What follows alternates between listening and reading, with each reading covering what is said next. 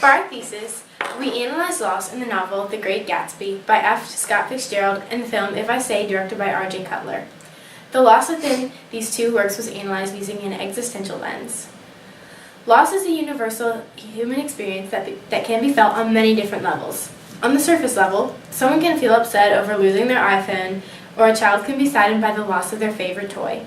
But more deeply, loss can emotionally affect us through death or through the loss of a relationship. The existentialist critical theory asks the question, what about man and his place in the universe? It analyzes man and our place in the world, but it goes beyond this and also analyzes man's inner state and analyzes their reaction to events or decisions that they make. The ultimate existentialist idea is that a man or woman is nothing without their free consciousness. No one is born with a pre-established path in life. Rather, everyone is free to make their own choices and actions as they grow up. In other words, existentialism is a theory of man for man. Okay, so our first thing that we analyzed was the novel The Great Gatsby, which was originally published on April 10th, 1925. The book follows Jay Gatsby and his rags-to-riches story, as well as his obsession with his former lover, Daisy Buchanan.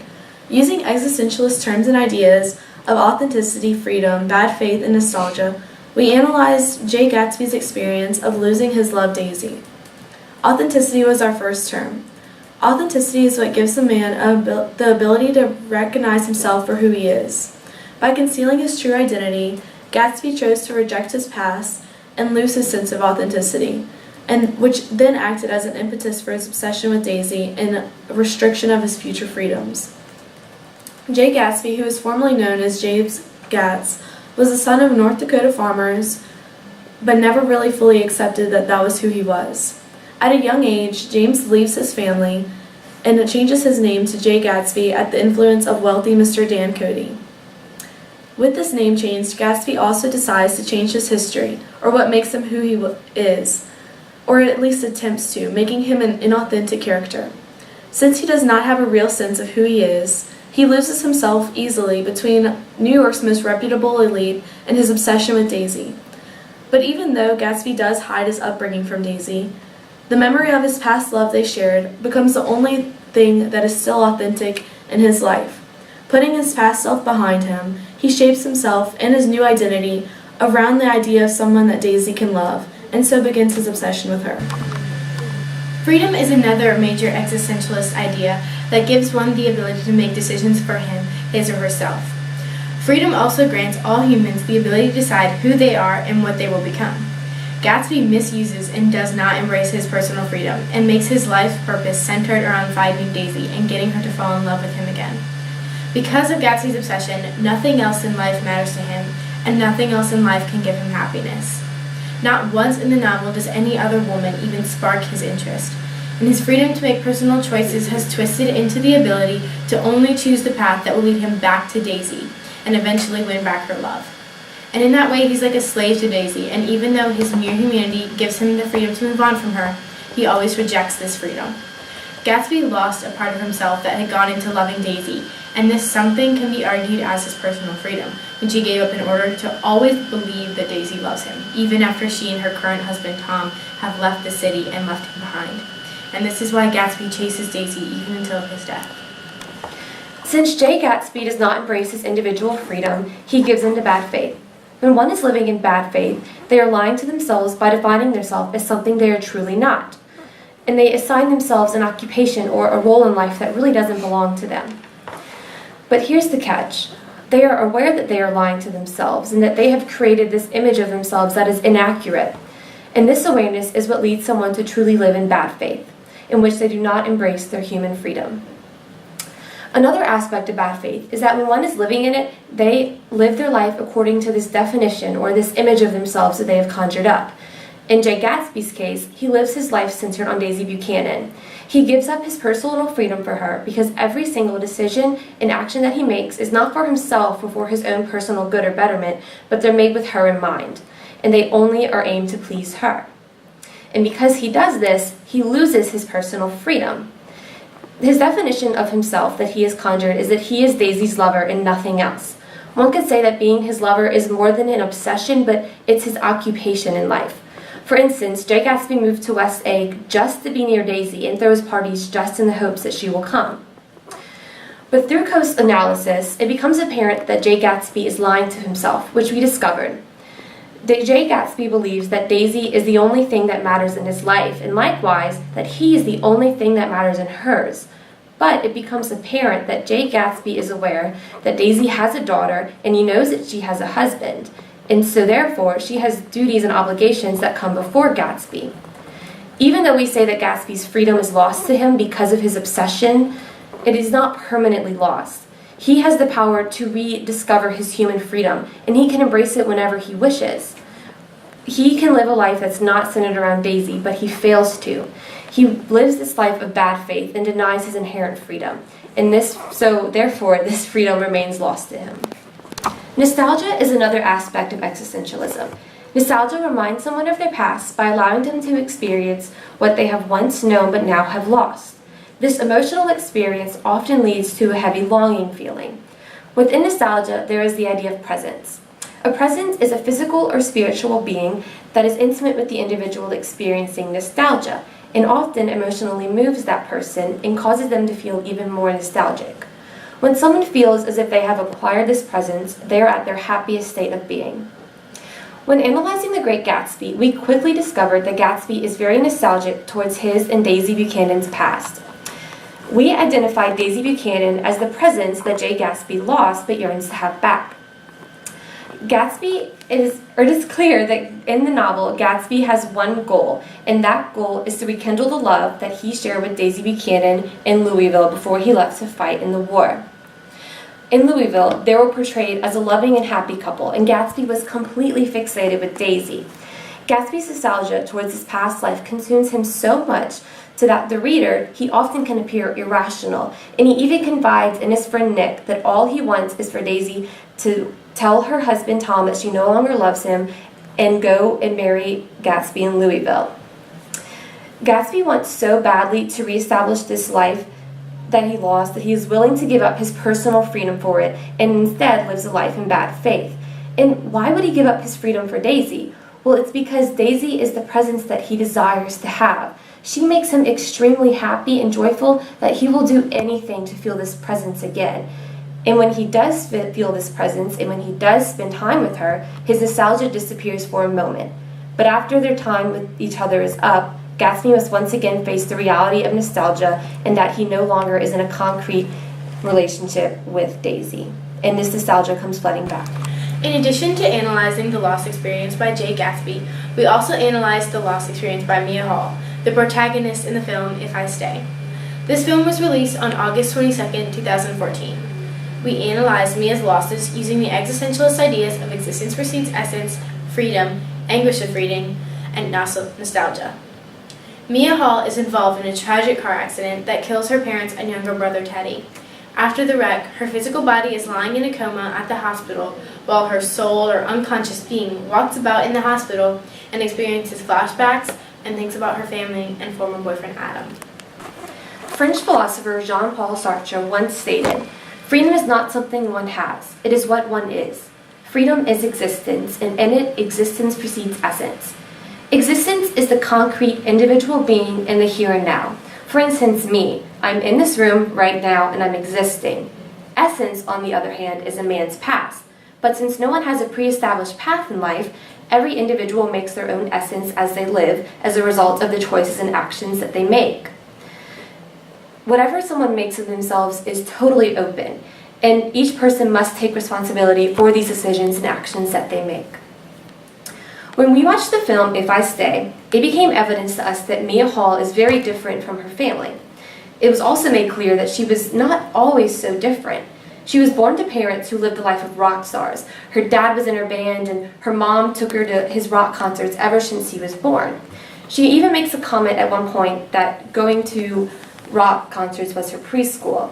So first, she existed as the daughter of these rocker parents, and that's her existence. And since going to these rock concerts was her preschool, that made up her essence.